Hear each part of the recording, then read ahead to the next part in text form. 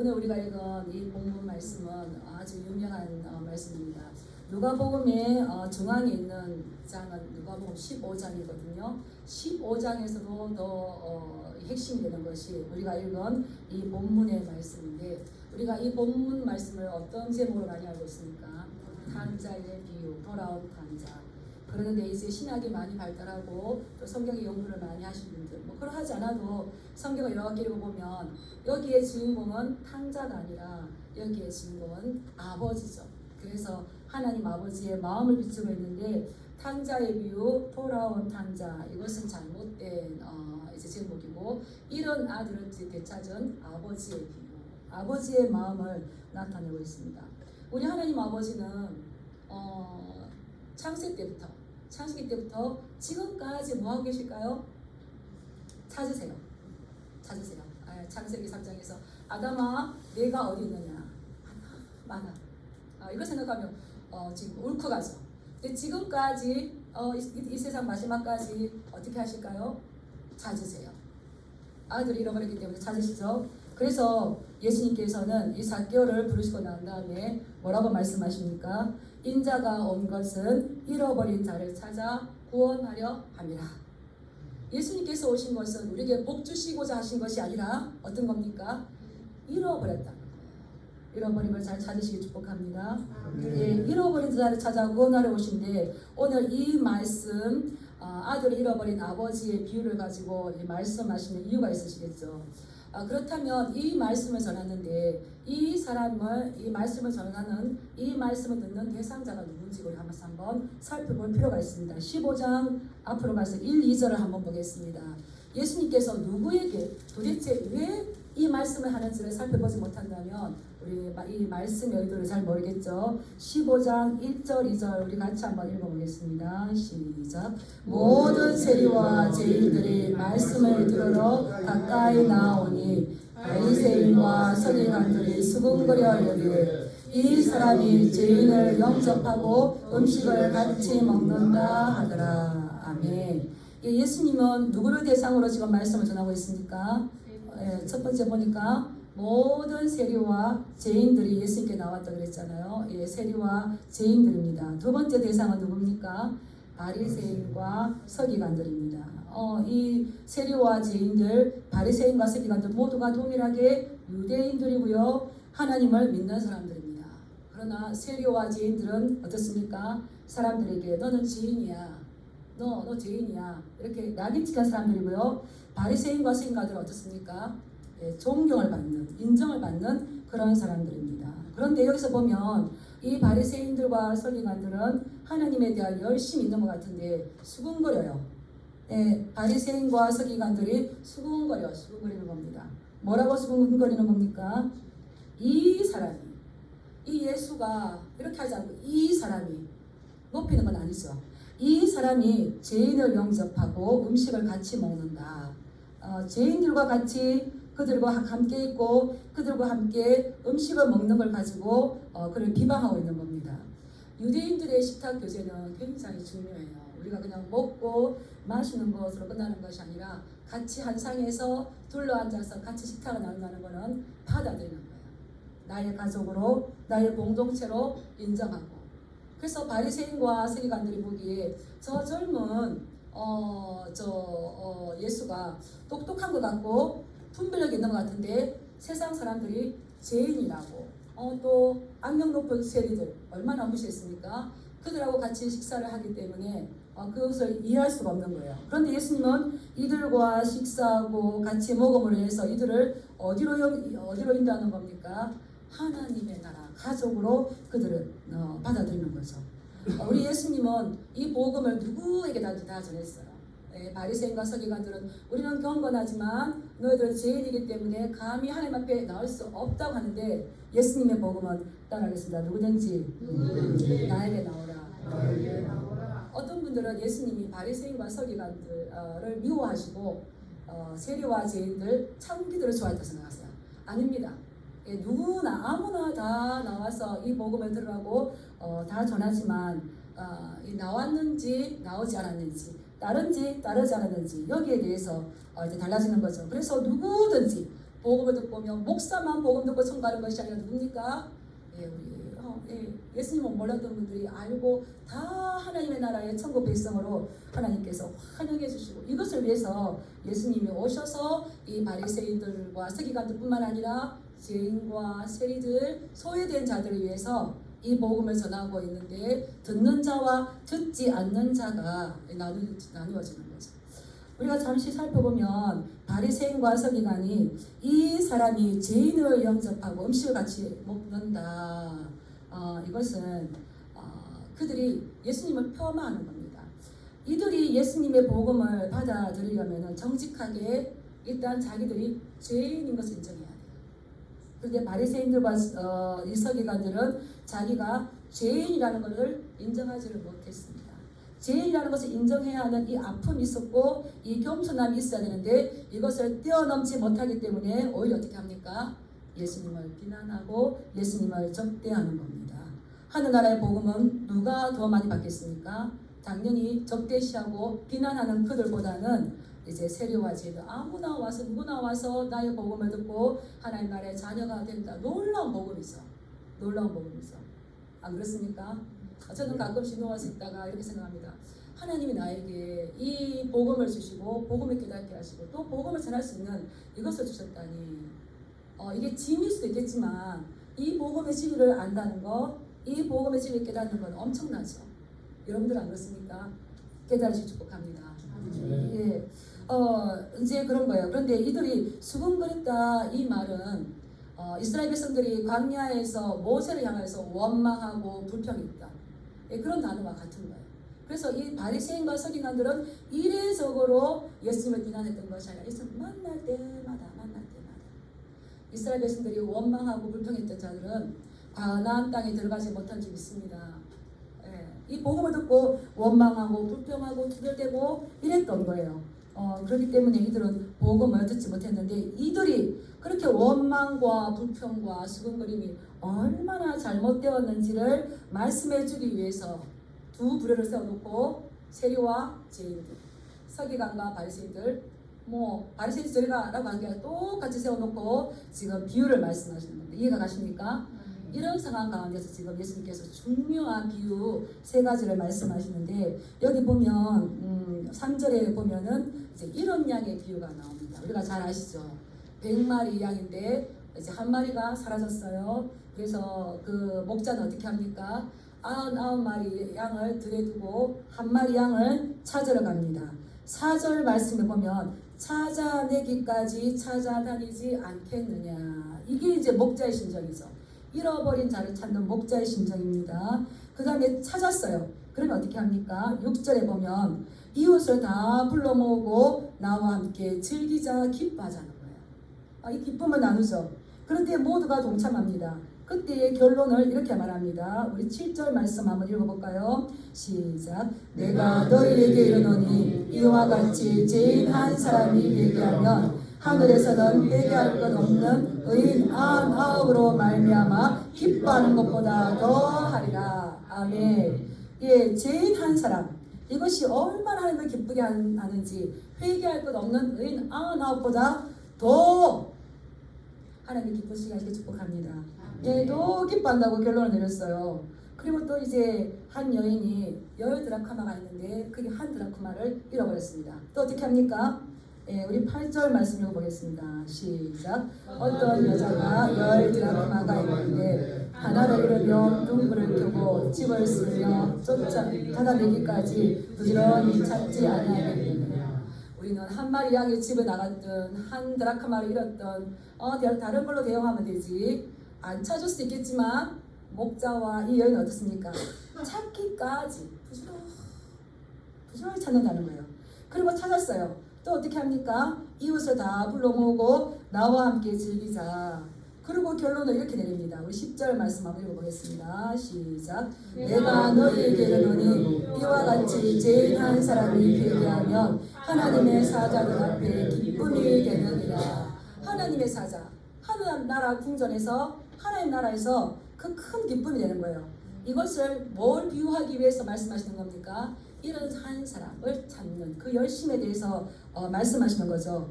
그리고는 이제 또 이러시되 이제 세 번째로 말씀하시는데 이것은 약간 의도가 다릅니다. 찾아내야 되고 찾기까지 찾아야 되지만 그들은 그렇게 하지 않죠. 이것은 그 예수님 아주 의도가 있는 말씀이거든요.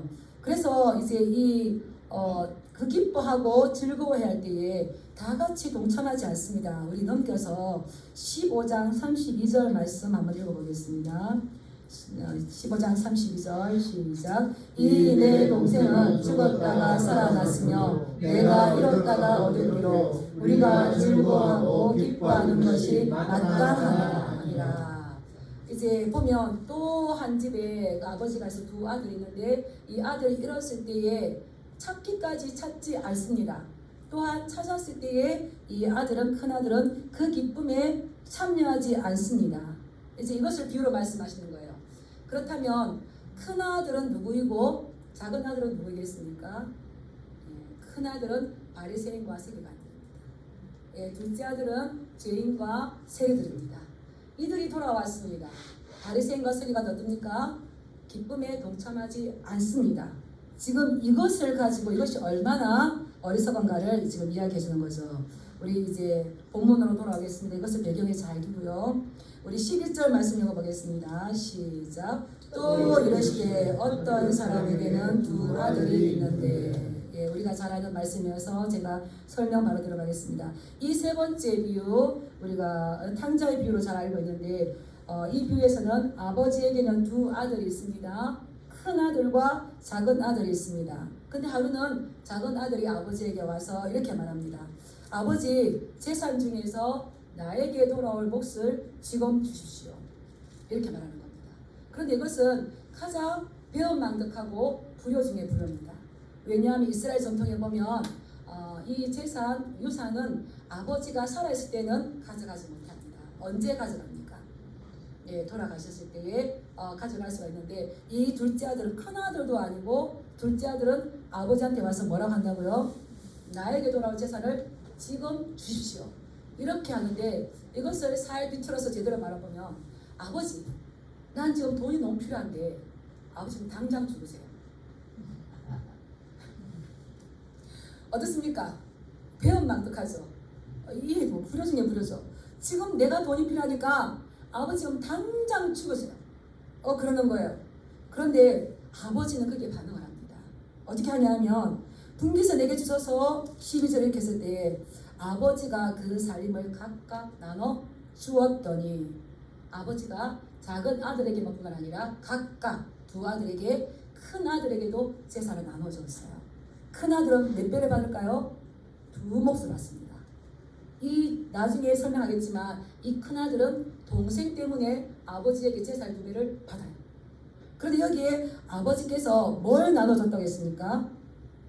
재산을 나눠줬다 했습니까? 살림을 나눠줬다 했습니까? 예, 살림. 이 단어가 굉장히 의미가 있는데요. 이 살림은 비오스 이렇게 해서 생명이라는 겁니다. 당시의 재산은 생명과 마찬가지였어요. 그런데 아버지가 자기의 재산뿐만 아니라 아버지의 생명까지도 달라고 하는 그 아들을 위해서 아낌없이 내어줬습니다. 이것이 아버지의 사랑이죠. 그런데 그 재산을 물려받은 이 아들은 동상과 부동산을 전부 다 자금으로 만들어버립니다. 우리 13절 한번 보면 그 후에 며칠이 안 되어 둘째 아들이 재물을 다 모아가지고 먼 나라에 가 거기서 허랑방탕하여 그 재산을 다 낭비하더니 이제 막 더 나가는 거죠. 이 둘째 아들이 아버지에게 물려받은 이것을 가지고 다 팔아버립니다. 처분해버립니다. 현금으로 가질 수 있는 것들을 다 만들어버립니다.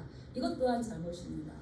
이스라엘의 그 전통에 보면 아버지가 살아계실 때 부득이하게 재산을 소유받았다 할지라도 유산을 물려받았다 할지라도 그 유산을 자기 마음대로 처분하면 될까요? 안 될까요? 이거는 유대뿐만 아니라 우리나라도 그렇지 않겠습니까? 아버지가 살아계실 때에 주셔서 감사하지만 그래도 보관하는 거고 며칠이 안 되어서 그것을 처분합니다. 그리고 어디로 갑니까? 먼 나라로 가버립니다. 여기서 먼 나라로 갔다는 건 유대 세계 밖으로 갑니다. 어디입니까? 이방인들처럼 가서 자기가 그동안 하고 싶었던 거, 놀고 싶었던 거 화려하게 하는데 가지고 있는 돈은 어떻습니까? 점점 재산을 낭비하는 거예요. 인생은 자기의 계획대로 되는 게 없습니다. 결국은 그는 먹고 살기 위해서 단지 배가 고프기 때문에 어디까지 갑니까? 유대인들이 가장 가증하게 여겼던 가지 말아야 될 돼지우리에 가서 돼지를 치면서 지업 열매를 가지고 배를 채우고자 하는 그러한 종의 신분으로 추락해 버립니다. 그런데 그 지업 열매를 주는 자가 있습니까? 없습니까?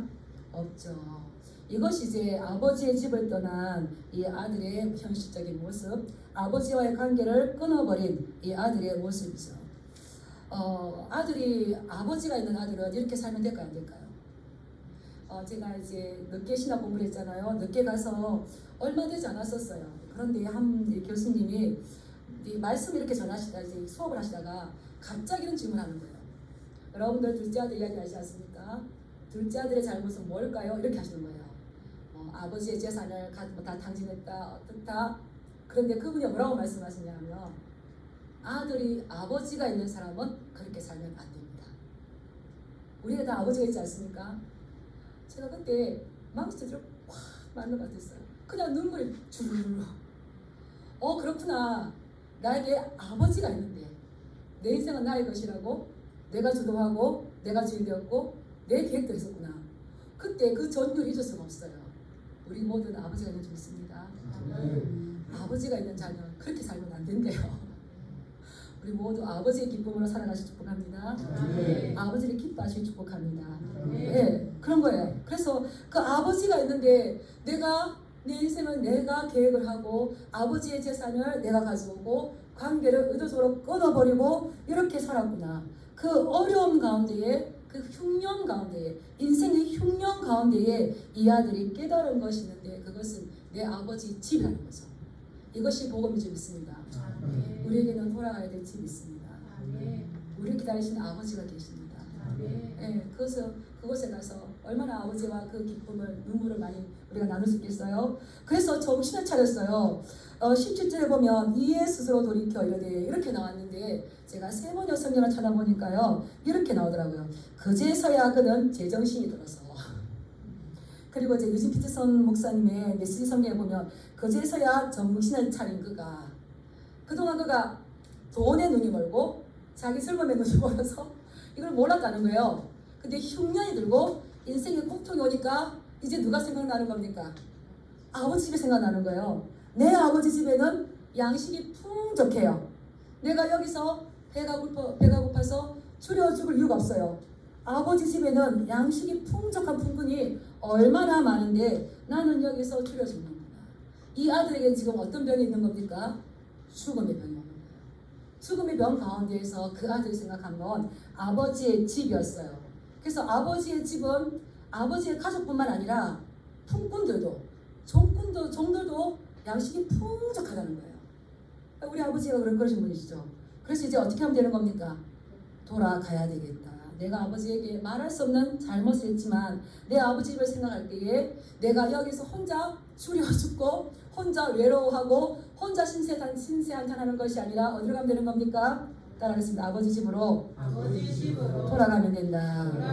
예, 그래서요 이에 일어나서 우리 18절 한번 읽어볼게요. 18절 시작. 내가 일어나 아버지께 가서 이렇게 합니다. 그 다음에 또 이제 20절 읽어보겠습니다. 시작. 이에 일어나서 아버지께로 돌아가니라.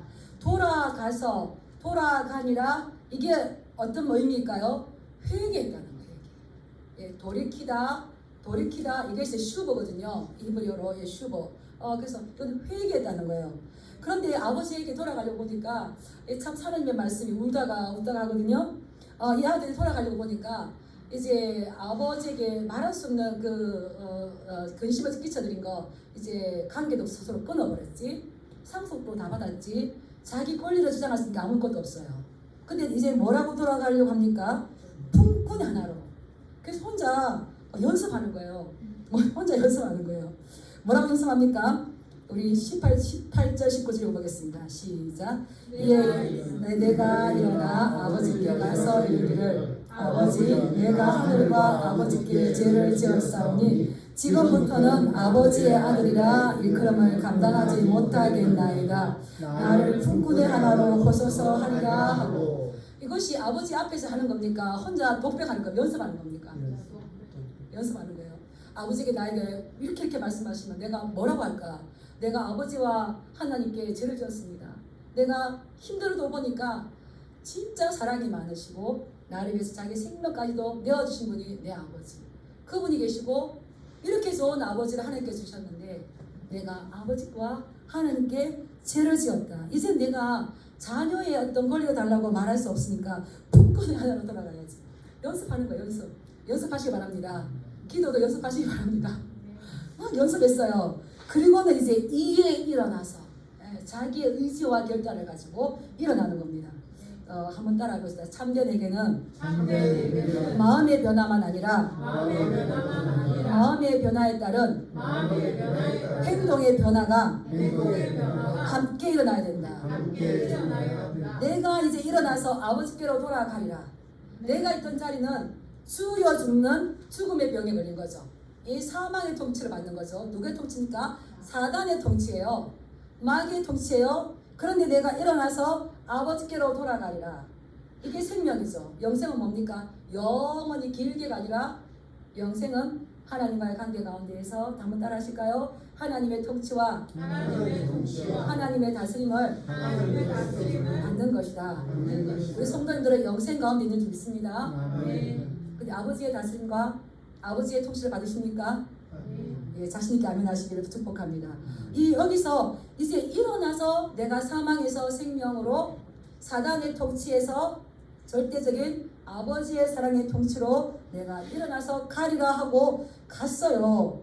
갔는데 그 다음에 이 누가복음 기자는 아버지 행동을 합니다. 아직도 거리가 먼데 아버지가 그를 보고 어떻게 여겼다고 해서 그랬습니까? 제가 이 말씀을 여기 있다가 아버지가 얼마나 애가 탔을까. 동생이 어디 갔는지 알면 형이 좀 찾으러 가면 될 건데 안 나가요.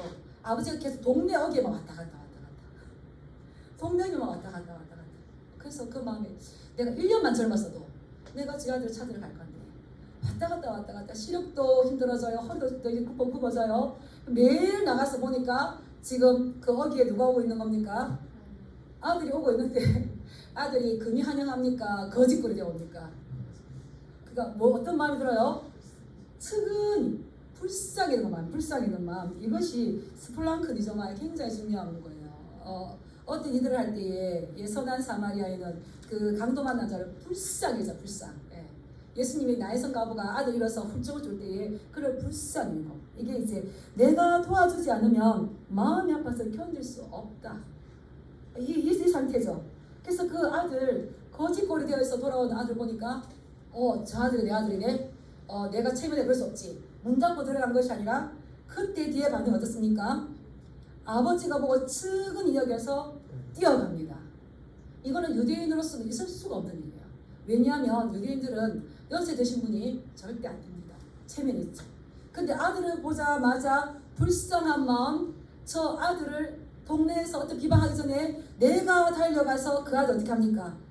목을 안고 포옹을 하고 입을 막 맞추는 거에 한 번만 맞추겠습니까? 열심히 맞췄겠죠. 이 불쌍이는 이것이 일을 할 수 있는 그 힘의 동력이 되는 거죠. 불쌍이가 타올랐다는 거죠. 근데 아들이 뭘 연습했습니까? 예, 저는 이제 이 말씀 있다가 울다가 웃다가 했어요. 아들이 막 연습합니다. 내가 하늘과 아버지께 죄를 졌습니다. 이 아들이 깨닫고 난 다음에 아버지를 많이 불러요. 아버지, 내가 아버지와 하나님께 죄를 졌습니다. 아버지, 내가 지금 아버지 아들이라 그런 걸 감당하지 못하겠습니다. 아버지 나를 품고 달라고 아버지 달고 있어요. 이렇게 연습을 했으면 아버지가 달려왔으면 이제 해야죠. 우리 한번 읽어보겠습니다. 네, 우리 21절 읽어보겠습니다. 시작. 아들이 이르되 아버지 내가 하늘과 아버지께 죄를 지었사오니 지금부터는 아버지의 아들이라 일컬음을 감당하지 못하겠나이다 하나. 이렇게 지금 연습한 거 했는데 아버지의 너무 그 이해할 수 없는 그 적극적인 사랑, 그 아버지의 마음에 그 표현되는 그 사랑에 이 회개와 아버지 앞에 이렇게 드리는 이것이 묻혀버려요. 못하겠나이다. 그 다음 뭐 해야 되는 겁니까? 나를 아들로 하지 마시고 품꾼의 하나로 써주시옵소서까지 가야 돼요. 그런데 그러기 전에 아버지는 뭐합니까? 아버지는요 종들에게 달려가서 포옹하고 입을 맞추고 데리고 오고 난 다음에 뭐라 그럽니까? 종들에게 제일 좋은 옷을 내어다가 입히고 손에 가락지를 끼우고 발에 신을 신기라. 잃었던 아들의 모든 명예를 회복해버리는 겁니다. 그리고 또 종들에게 뭐라고 합니까? 살진 송아지를 끌어다가 잡으라. 우리가 먹고 즐기자. 이 아들을 돌아왔을 때 특별 대우하는 거죠. 특별 대우에서 그 기쁨이 너무 충만하기 때문에 지금 뭘 잡아라? 예, 따라서 소고기 파티를 한다. 동네 사람들을 모아놓고 저 소고기 파티를 한 겁니다. 이 아버지께 기쁨이 회복되었어요. 언제 기쁨이 회복되었을까요? 아들이 돌아왔을 때. 아들이 돌아왔을 때에, 아들이 아버지를 찾아 돌아왔을 때에 이 아버지의 기쁨은 회복되고 즐거워해서 자기들뿐만 아니라 모두 모아놓고 이 잔치를 하기를 원했습니다. 그런데 예외의 사람이 있다는 거예요. 예외의 사람. 아직까지 큰아들은 등장하지 못했지만 이제 큰아들이 등장을 하죠. 큰아들은 밭에 있다가 돌아와서 집에 가까이 오니까 이러한 즐거운 잔치 소리가 들렸습니다. 그래서 집에 들어가지 아니하고 종을 불러다가 이야기하는 물은 거예요. 그러니까 이 종이 말합니다. 당신의 동생이 돌아왔습니다. 그가 건강하게 돌아온 것을 인하여서 당신의 아버지가 지금 잔치를 하고 있습니다. 이렇게 얘기할 때에 우리 28절 말씀 읽어보겠습니다. 시작. 그가 노하여 들어가고자 하지 아니하면은 아버지가 나와서 그나운데. 이 아들이 어떤 짓을 하고 있습니까? 잃었던 아들이 아버지가 그렇게 기다렸던 그 동생이 들어온다면 그것은 화낼 일입니까? 기뻐해야 될 일입니까?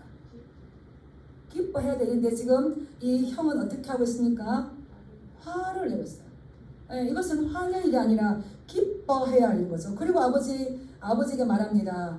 아버지께 대답하이르되 내가 여러 해 아버지를 섬기어 명을 어기며거늘 내게는 염소 새끼라도 주어 나와 내 벗으로 즐기게 하신 일이 없었더니 아버지의 살림을 장녀들과 함께 삼켜버린 이 아들이 돌아오매 이를 위하여 살진 송아지를 잡으셨나이다.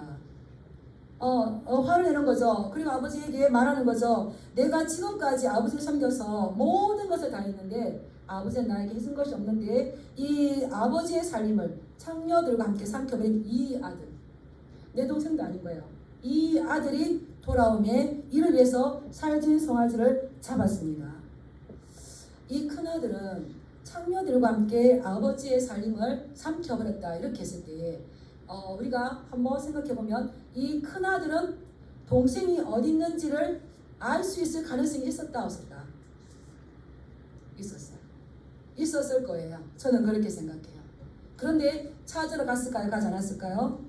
찾으러 가지 않았어요. 근데 동생이 돌아오니까 그 동생에 대해서 문제 삼은 게 뭡니까? 그가 어떻게 살았는지, 그가 건강한지, 어떤지 이게 중요한 게 아니라 뭐였습니까? 재물이고 재물. 아버지의 살림을 창녀들과 함께 삼켜버리고 그래서 또 자기에게는 이 아버지의 재물을 동생을 통해서 2배를 받았지만 기뻐하지 않고 나에게는 이러한 것을 주지 않았다는 거 크기에 대해서 더 화를 내고 있는 거죠. 우리 한번 생각해 보겠습니다. 큰아들이 정말 진정으로 아버지를 사랑하고 아버지를 위해서 열심히 했다면 어떻게 해야 됐을까요? 저는 생각합니다. 아버지를 정말 사랑하고 아버지를 정말 위했다면 아버지를 대신해서 동생을 찾으러 갔어야지. 우리 정하자 성도님 아들 잃어버렸어요. 그러면 큰아들이 엄마 내가 있으니까 괜찮아요. 제가 엄마 모실게요. 이게 낫습니까? 그러하지 못하다 할지라도 잃어버린 둘째를 찾으러 가는 그 아들이 고맙겠습니까? 나는 내가 뭐 찍고 먹고는 그 아들이 더 고맙다. 1년 버는 건 알 수 없는데.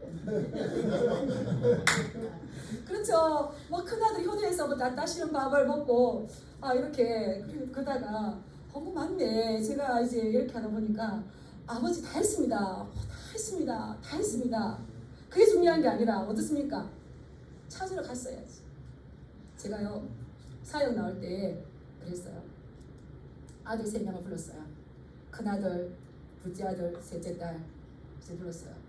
엄마가 사역 나가야 될 것 같은데 가야 되겠니 말아야 되겠니 그러니까 우리 저 철없는 고은이가 엄마 가셔야 많은 영혼들을 구원하지 이렇게 해요. 나는 뭐 많은 영혼은 이제 부담 없고 그건 모르겠고 일단은 가야 될 것 같으니까 그래요.